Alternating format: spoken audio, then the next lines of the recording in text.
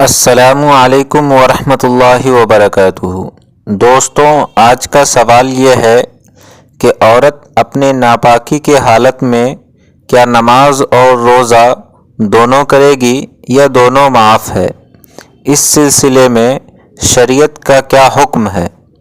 جواب یہ ہے کہ عورت اپنے مخصوص ایام میں یعنی ناپاکی کے دنوں میں نماز نہیں پڑھے گی، اس لیے کہ نماز اس حالت میں معاف ہے، بعد میں بھی قضا کرنے کی ضرورت نہیں ہے۔